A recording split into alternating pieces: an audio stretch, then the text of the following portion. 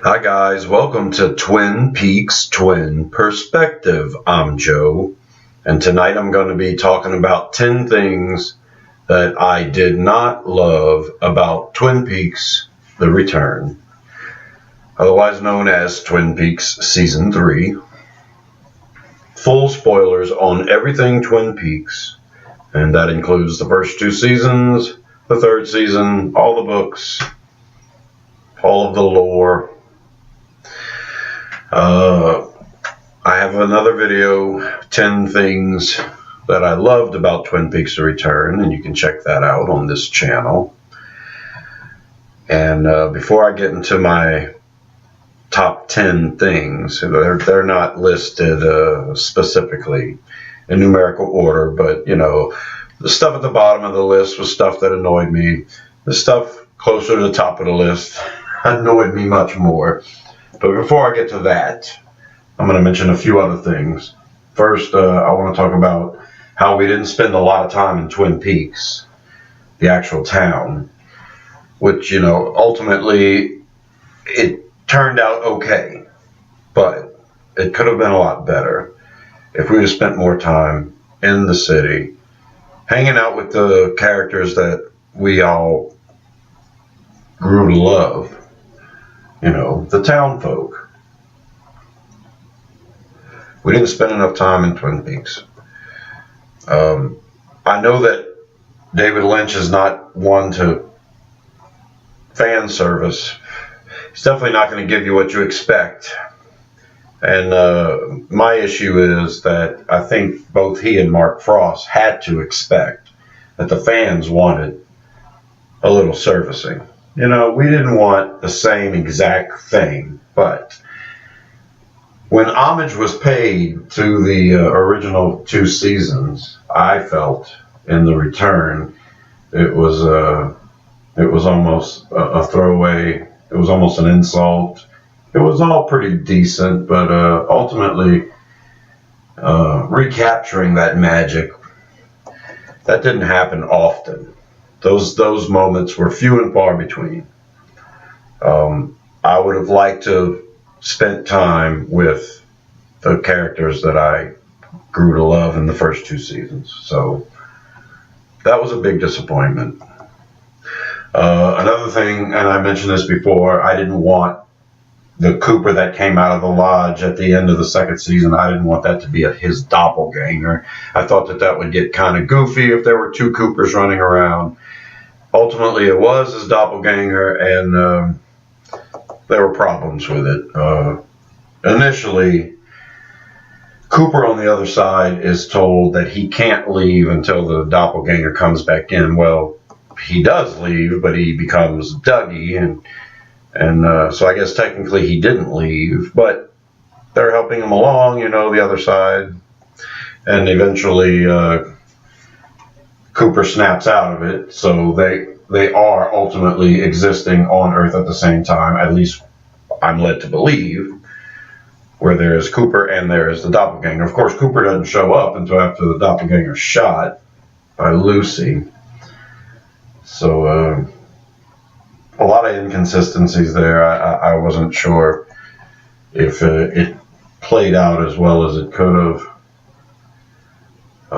That was an issue I had. I also had a problem with the lack of Audrey. Now, it didn't bother me early on.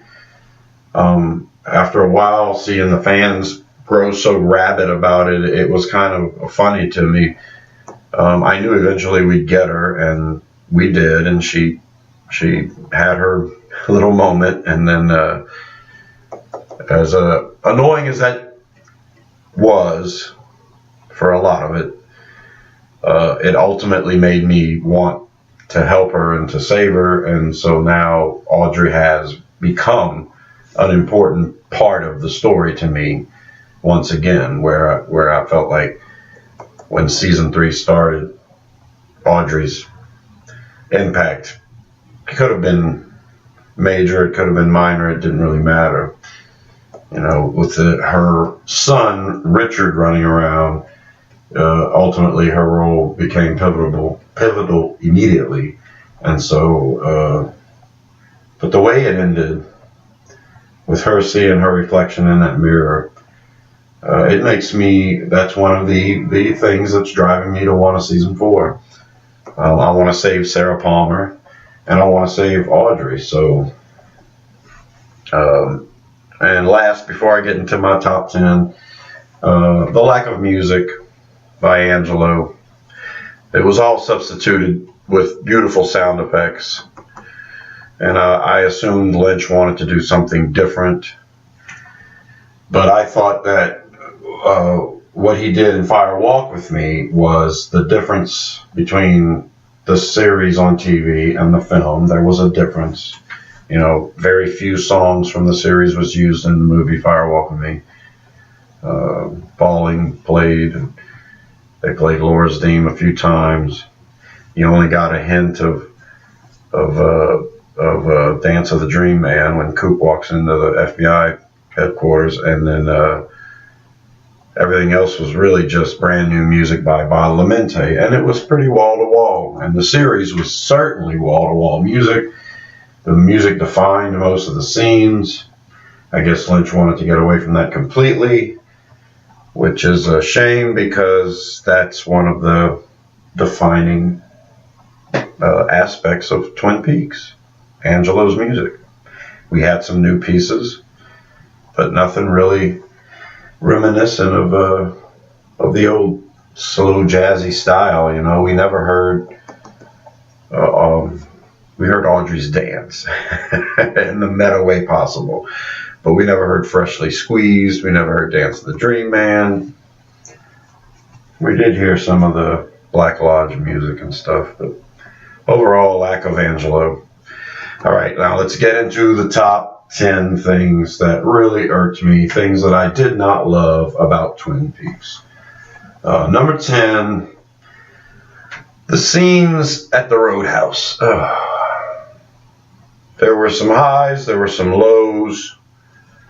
Ultimately, it was confusing. I feel that the majority of it really led nowhere.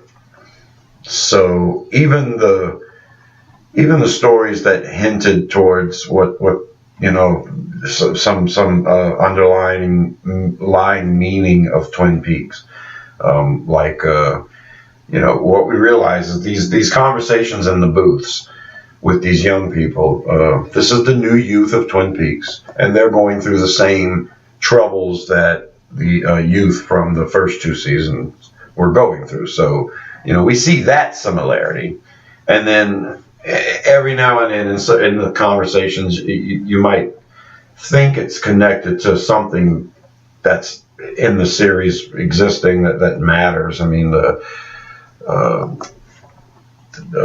Billy with the blood, and you know, Audrey says she has a vision of it, and then you know, these two talk about how, you know, one of them says that Billy showed up and was bleeding and stuff. So there's a connection there, right? But nothing ever comes out of it.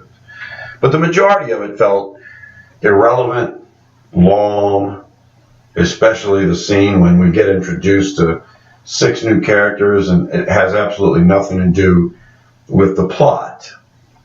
It resembles what Twin Peaks means, but it didn't really feel that way. Now, there were a handful of scenes in the Roadhouse that actually involved characters that we care about. When Audrey shows up at the end, the very first time we go to the Roadhouse in season 3, when Shelley's there, James is there, and we see Balthazar Getty's character, and so I'm thinking, you know, that's the way I thought the Roadhouse would be presented. But most of the time, we didn't have familiar faces in there. They were all brand new characters, and they were all involved in stuff that really didn't matter to the story ultimately in the end. So, not to mention the performances. Now, I appreciated all of the musicians that played, and it's just that it rubbed me the wrong way more times than it felt right. So the first time when we see the chromatics, that felt right. And the next couple of times it was okay, whatever. I'm thinking we're going to end every episode here at the Roadhouse with a performance. And then there were times when the entire song plays And it's like, come on, we have limited time as it is. We have so much to solve. You got this feeling we weren't going to solve any of it when you spend 7.5 minutes watching a band play and then the episode's over. And not to mention, no Julie Cruz. When she finally shows up, there's no introduction. We cut straight into the song. We basically get one line and then it fades out. And it's just depressing. If we were going to spend 7.5 minutes on a performance in the Roadhouse, it could have been Julie Cruz. You know, was that fan servicing for Lynch and Frost? Was that too much? Was that something that was impossible for them because they've grown so much and we should grow that much and everything else? And I'm sorry. There were some aspects of the story, as beloved as it is by the fans, that should have been taken care of. That should have been dealt with differently. Yes, I feel like some of the old Twin Peaks was shit on with this third season. And, you know, from the looks of it, intentionally. And a boo-hoo sad as us that wanted season 3 to be exactly like season 1 or season 2. But there were certain things they could have done. They could have paid a little more attention. They could have paid a little more care to it, I think. And the show is, in its entirety would have translated to a whole lot more people if that would have been done. Stuff like honoring Julie Cruz. Okay, so number 9 on my list is the sweeping scene. Cause of much debate, and a lot of people appreciated it. Didn't care that it was 2.5 minutes or whatever it was.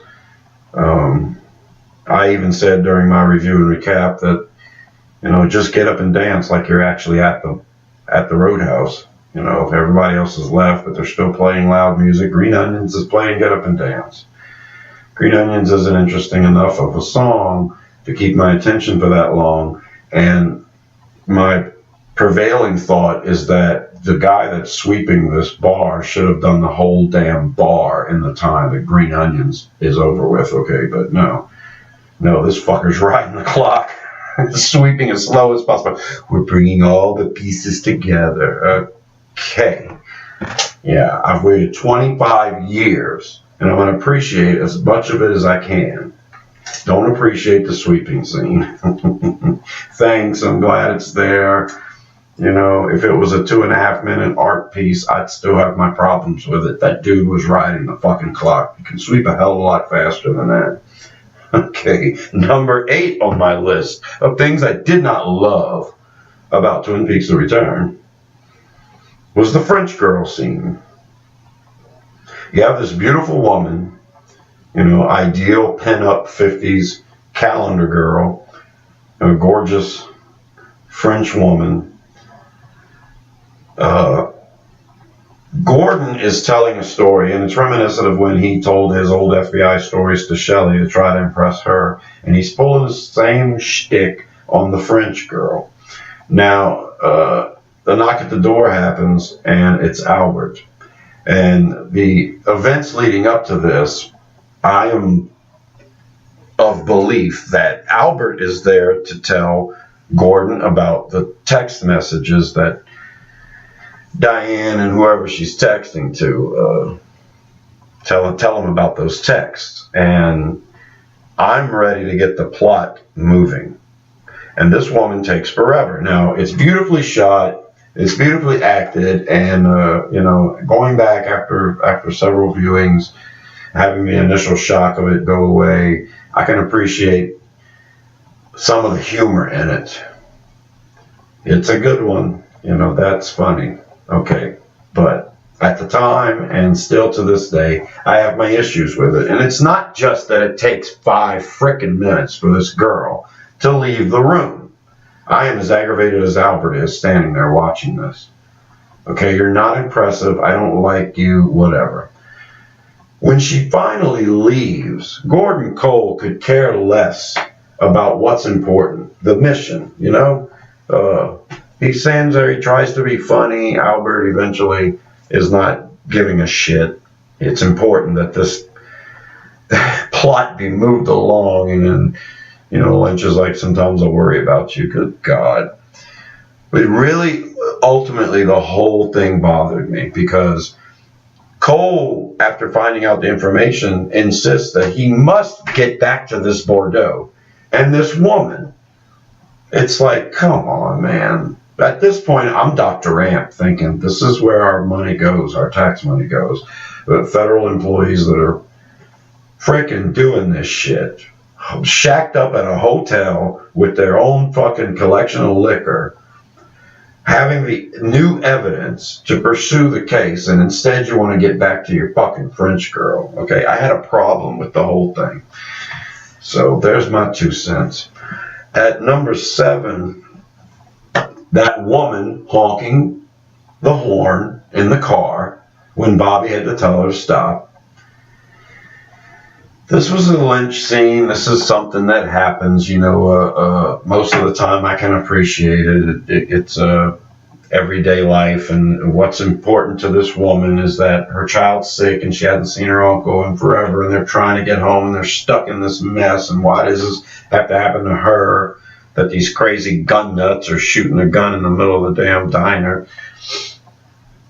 But her laying on that horn, as much as she did, that was obscene. And I guess that sound bothers me.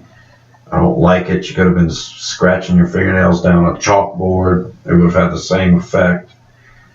It was awful. And then when she starts screaming about her own little pathetic problems, I understand the point to it. It just bothered me. And that particular part, that particular episode, was really good. And that really brought it down for me. Yeah, it bothered me that much. I put it at number 7. The thing is, you had certain characters like, what's her name? Marjorie from Buckhorn, right? Cute character, and I'm glad she's going to the festivals, and I'd love to meet her because, you know, the thing is, all these characters, the actors seem to nail it.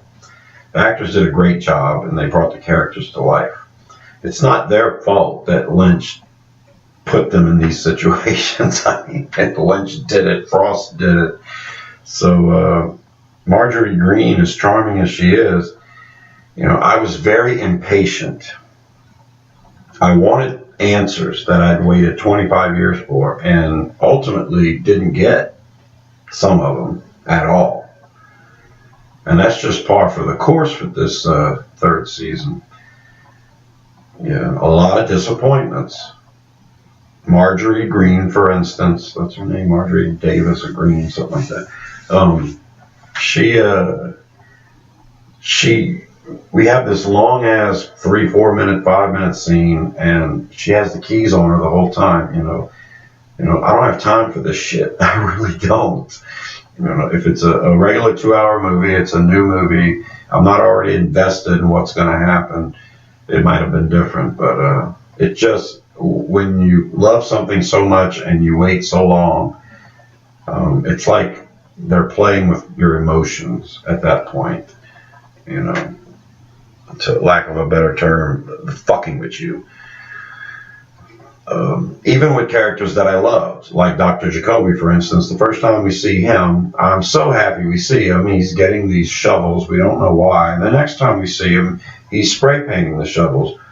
Now, the little contraption that was holding the shovels, I'm sure Lynch built that, and I'm sure the whole point to the scene was to show off Lynch's little contraption, which was very neat.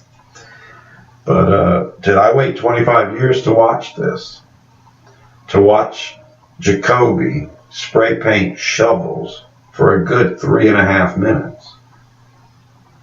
No, I didn't. And I'm glad, you know, that's what Lynch felt like filming that day, and I'm sure, you know, he was excited like a kid when it was finished, and I'm sure it meant a lot to him. And I'm sure he doesn't give a shit if it meant a lot to us.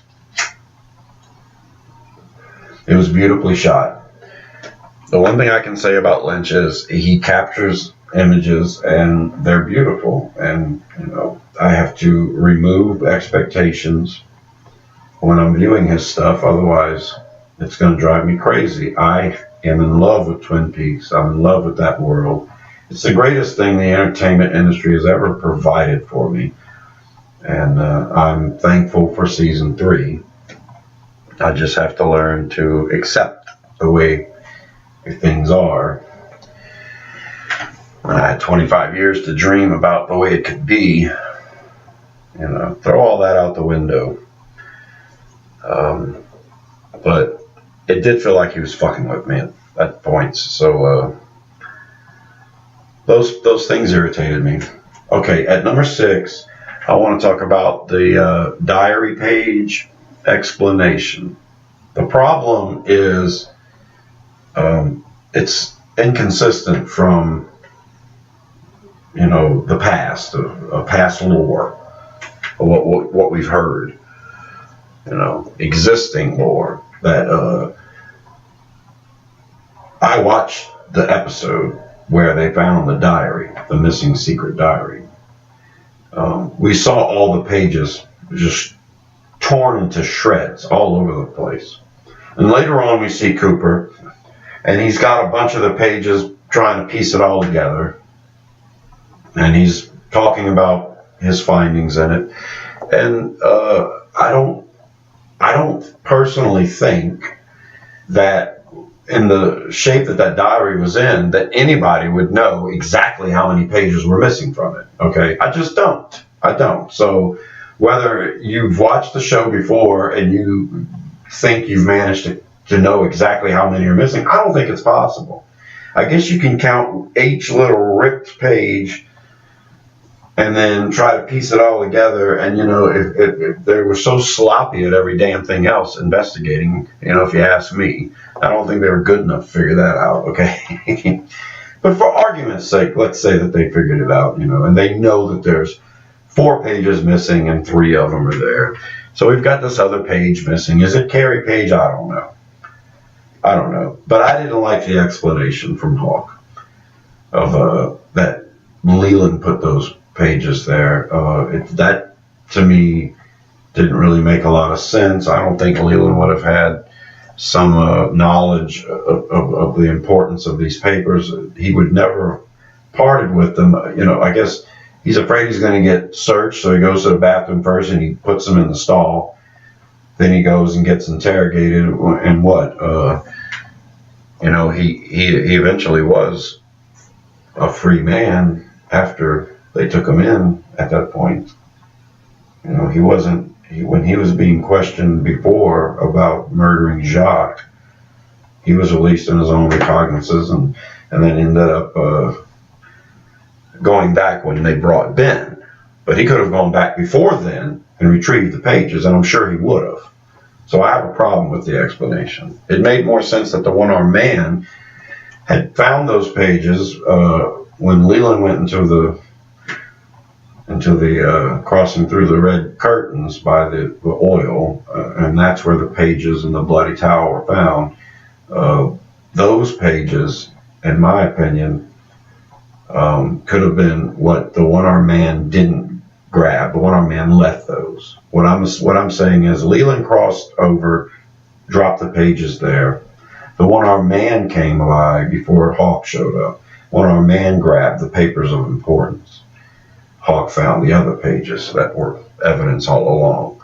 So the one-armed man has those pages on him, and then he hides them in the stall because they don't serve a purpose and won't help anything at this point, but they will in the future later on. And so you hide them there, and then you direct Hawk at some point when it's necessary to find the pages. That makes more sense to me. So that's where I'm at. I'm thinking the one-armed man put the pages in the stall. That's the only thing that makes sense to me, and I really didn't like Hawk's explanation of that at all. Okay, let's go to the top 5. Number 5, the Polish accountant. Yes, life is full of luck and coincidence and fate. But Hutch and Chantal were an important part of the show to me. They were epic. They were kings. They were the best. They weren't going to get caught.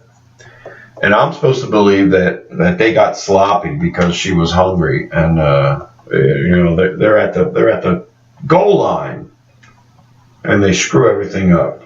As proficient as they had been from the beginning, I don't buy it. I wanted to see, and here again my expectations, but I wanted to see if Chantal and Hutch were going to go down in a blaze of glory, and I guess that's what we were supposed to have in that crappily edited scene. And when you go back and watch the gun holes, the procession, you see it happen 2 or 3 times. It's just awfully edited, and I didn't like it. Once again, subverted my expectations. I needed to be satisfied if you were going to kill Chantal and Hutch, and I wasn't. What could have saved it for me is if perhaps the Fuscos were, when they were talking about their mother, and the mother said, hopefully there won't be a murder this weekend, and they laugh, or when the crazy woman's getting arrested on the other side of the wall, and the brothers are standing there like, wow. If one of them would have said, it's the Polish accountants you have to watch out for, or, I hope the Polish accountants don't go crazy this weekend, or something like that, it would have been weird, and it would have paid off with a Polish accountant killing Chantal and Hutch at the end. That's all I'm saying. They could have gone about it differently. Hindsight's 2020. What I'm saying is my needs were not met when the epic Chantal and Hutch get taken out by some random dude. All right, number 4. Steven. Steven was awful. Now, the actor was great, impeccable, actually. But the character of Steven was everything I hate about characters in Twin Peaks. Corrupting, no good, bums. I really wanted to like Becky, and I had a reason not to like her from the very beginning, because she's stealing from Shelley, and Shelley's my babe, So felt like the daughter was using Shelley. And then you see her get in the car with this bum who just got fucking mocked by Mike, of all people. So we know this guy's ill-prepared. We know this guy, he's sloppy. He's not taking anything serious. He has seemingly no responsibility at all. He's wanting Shelley's money from Becky so he can buy more drugs. And he's lying to Becky, saying he had good feedback. If you want to consider good feedback somebody telling you that you suck and you're never going to get a job, okay, he got good feedback, and he wasn't lying. But he manipulated that shit. I didn't like him. And then later on, he's having that abusive scene where he's snotting all over the place on poor Becky and throwing coffee mugs out of the window. And I didn't like the look of the guy. I didn't like the character. It was all very uncomfortable. And then, of course, he's cheating on her with some other woman, Gersten. And then we have that awful scene in the woods where he's trying to get close with Gersten too, and telling her all this sexy stuff. It was the same thing. Lines he was throwing on Becky, and because he's a character in a TV show, I can say that if he did kill himself, I'm glad he did. Okay, so there you go. That's that. But I doubt if we're really left hanging there. Gersten, I'm assuming, has a drug problem, and that's the reason why she was with him, because he provided the drugs. I'm assuming that's why he was there with Gersten. She had drugs, and he was pissed at Becky. Perhaps she did the last of it. The guy's just garbage. And, I tended to gravitate towards liking Leo and even Bobby to a certain degree, but I don't think I could have ever liked Steven. So C'est la vie, Steven. He's one of the worst things about the new season, in my opinion. All right, we're getting down to the last three. Number 3, Diane.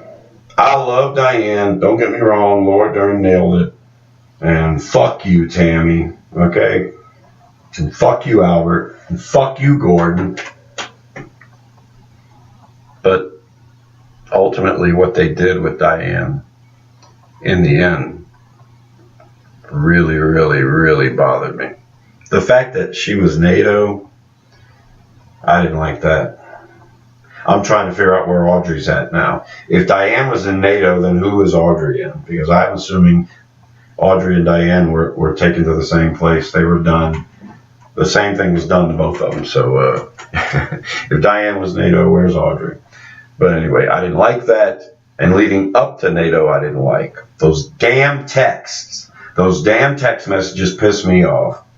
Because if you looked at the evidence, you could clearly decide that she's talking to someone else, not Mr. C. It just pointed in that direction. Yes, the capital letters and small letters. So yeah, that distinguished the text. Also, the time the text was sent and the time the text was received were totally different. It didn't go through when she was in the air, but she managed to land like 4 minutes later. And anyway, no, none of that made sense. He sends a text, and then Hutch shoots the phone, and then she receives that text, and then she sends the text back. Where is it going? To the magical new phone that the damn text is going to? No. And then you get that whole explanation of where it was bounced off here and there, and you figure the call's coming from Mexico. So Philip Jeffries is supposedly in Argentina, and then we get this call that's possibly being sent to and from Mexico, and I'm assuming Philip Jeffries is on his way to America to make this grand finale entrance. And no, instead, she was texting with Mr. C the whole time, which, Mark Frost and David Lynch screwed up with a lot of the plot, the important evidence. They did that several times in the first 2 seasons. And if you're following it like a real crime drama, it'll piss you off. And I was following this and was certain.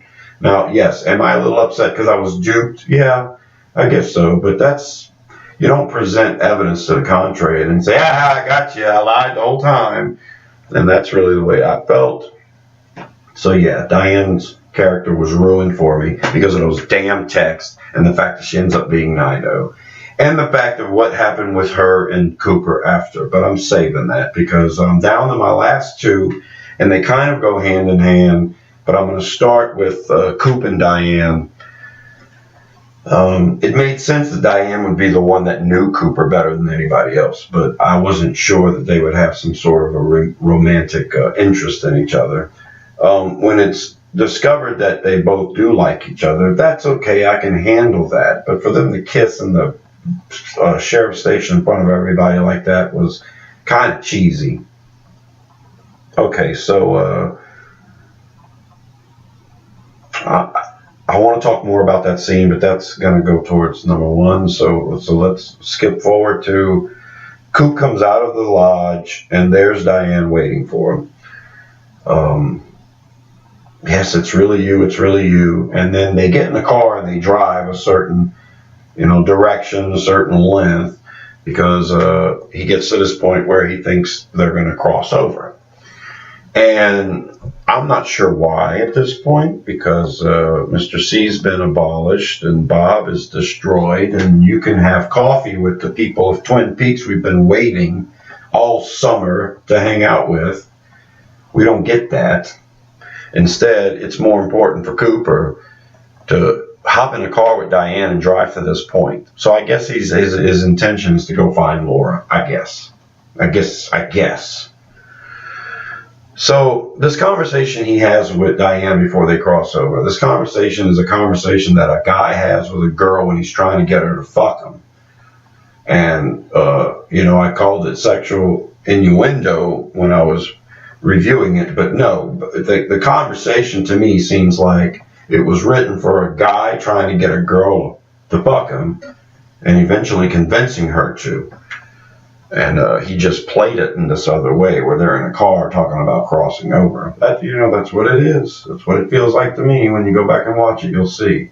And then they cross over and immediately go get a hotel room so he can fuck her. And it's this awkward damn scene where I love you, Dale, and I love you, Laura Dern, but this was the worst scene in the careers of both of you.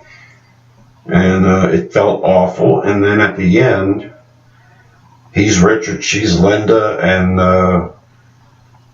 Richard Horn and Linda in the wheelchair means absolutely nothing.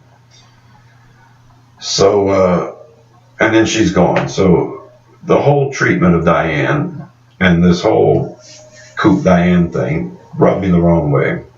And I'll get to my number one now, which is how the season ended. As cheesy as the Freddy versus Bob Ball scene was, and as kind of unexpected as Lucy shooting Mr. C is, this moment happens. Freddy does it. Hooray! I'm expecting falling to kick in, and I'm expecting everybody to look around and doom, doom, doom, doom, doom, doom, doom, doom. I'm expecting Harry what's his name? Frank and Coop to get to know each other, talking, doom, doom, doom, doom, doom, coffee being poured by Lucy, Andy yapping it up about Brando, Marlon, or what's his name, Wally, and doom, doom, doom, doom, doom, doom, doom, doom, donuts being eaten. You could have devoted 4 minutes of nostalgia for us. But no, if I would have wrote it, I would have taken it further than that. Coop spends the night in Twin Peaks where he has nowhere else to go. We're talking the Mitchum brothers and the girls in the Roadhouse hanging out, okay? We're talking about one booth with Ed and Norma, okay? Julie Cruz on the stage playing Rocking Back Inside My Heart, I Want You. Ed and Norma in one booth. Rocking Back Inside. We're talking about Nadine and Dr. Amp in another booth. What? Okay? We're talking about Coop hanging out. We're having a good time. Maybe James is scoring with the Deadheads girl. And rocking back inside my heart. That would have been great. Then you could have faded to black, and then you could have had his ass go and open up the stupid fucking door and go travel and do whatever it is he had to do. Save Laura. So he gets to Philip Jeffries. Philip Jeffries sends him back in time. So he intervenes and he says, Laura, I'm going to take you home. Now, home is not the Palmer residence. She just snuck out of the house. If he brought her straight back home, he'd be like a real FBI agent trying to take care of the kid. Hey, your kid snuck out. Here you go. Serve her up like a plate for Leland on a plate. So, no, he's taking her back home, which I guess is White Lodge, because that's where they're going. And they're walking through the woods, and then she screams and disappears. So she's taken from that point, I'm assuming. He went back in time and tried to manipulate time, and there's somebody else who can manipulate time, and they plucked her away from that situation. And then we get these hints later on that that reality actually did happen and that Laura didn't die. But this is on one timeline, and I'm hoping there are multiple timelines, because the timeline I want to stay with is the timeline where Laura dies for a reason, and it's the whole reason why Twin Peaks happened. So, but if we're going to be jumping around from timeline, I pray we go back to that one eventually, because they screwed up season 1 and season 2 for me if he goes back in time and manipulates things. Now, I know it's important for a lot of people to see Laura live, that would be the ultimate outcome. Well, if she didn't live, then she's Carrie Page. Now, whether she never went back home, maybe, and snuck away, assumed a different life, or she acted like she didn't know who Laura was when we see this version of Carrie Page that we saw, I believe if she was plucked from that point, from Cooper, she lives, but she's placed somewhere else where she's somebody totally different. And she can't affect anything. She can't be the force of good that changes things. So Cooper finds her as Carrie Page, and he brings her home. Not to the White Lodge, of course, to the Palmer residence. Or, we're not sure if Leland's sitting there waiting, licking his lips. He brings her there. There's nobody there. He asks what year it is, and then it seems Carrie Page remembers being Laura. She hears her mom calling her. So this is a bad idea, I'm assuming. Bringing Laura back home is a bad idea. Some people have manipulated that scene into saying it was a good thing. Okay, fine. But it didn't make much sense to me. Coop goes back in time. He's going to save Laura. So he takes Laura and tries to bring her to the other place where she's snatched from him. So then he ends up as Richard, trying to save her again, finding her and trying to bring her home again, except this time to the Palmer residence, which is where she was escaping to begin with. So ultimately, this is, I guess, the one of the things we're supposed to. Wow, it was a big thing. Woo, and I don't know. I don't get it. I don't see how that would help her to bring her back there, to bring her back to her house. How that would help her. I'm going to help you remember the torture and the abuse, and at this point, Coop's just fucking. It's like a dog chasing his tail. He looks like an idiot. And he's all like, what year is it? I feel bad for him. You screwed up, dude. I mean, and you tried to bring her home a couple of times, and it failed every time. So hopefully next time, he doesn't try to do this shit. And if he does, it turns out differently. Because that was pretty aggravating. Okay, so that's ultimately what I got to say. Those are the problems I had with Twin Peaks: The Return. 10 things that I did not love about Twin Peaks: The Return. I wanted to get this out real quick because I'd already done 10 things I loved. And ultimately, I did love the show. It was great. And I hope there's a season 4 so we can try to solve some things left over from season 3, not to mention some things left over from season 2. I'm Joe. This has been Twin Peaks Twin Perspective. Please subscribe to Rosenfield 10 for more videos like this. And I will see you in the trees. Bye.